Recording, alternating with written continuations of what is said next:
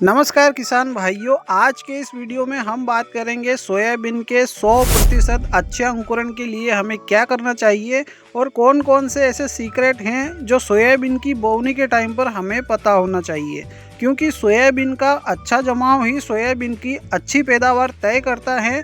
और यदि बीज कम उगा या कमज़ोर अंकुरण हुआ तो सोयाबीन की बोवनी ही खराब हो जाएगी, यानी सोयाबीन का उत्पादन बहुत ही कम निकलेगा। तो किसान भाइयों, यदि आपको भी सोयाबीन की खेती से मनचाहा उत्पादन निकालना है तो कृपया करके इस वीडियो को अंत तक अवश्य देखें। तो सबसे पहला सीक्रेट है, जो भी सोयाबीन की वैरायटी आप अपने खेत में लगाने जा रहे हैं, सबसे पहले उसकी अंकुरण क्षमता जरूर टेस्ट कर लें।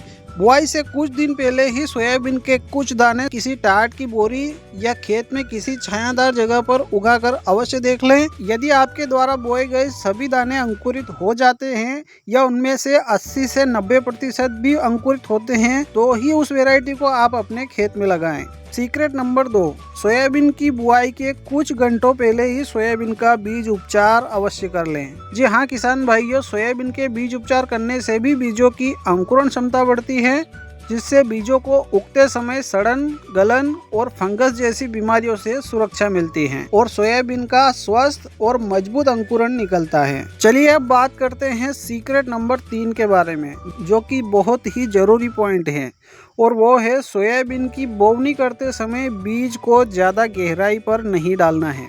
जी हाँ किसान भाइयों, आप जब भी सोयाबीन की बुआई करें तब ज़्यादा गहराई पर बीज ना बोएं। बीज की गहराई केवल 2 से 2.5 इंच तक ही रखें। ज़्यादा गहराई में बोने से बीजों का जमाव ठीक से नहीं हो पाता है और बीज मिट्टी में ही सड़ने लगते हैं, जिस कारण सोयाबीन का जमाव कमज़ोर होता है।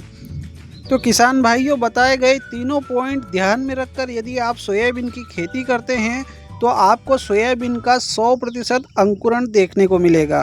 तो किसान भाइयों, बताई गई जानकारी आपको कैसी लगी कमेंट में अवश्य बताएं। धन्यवाद।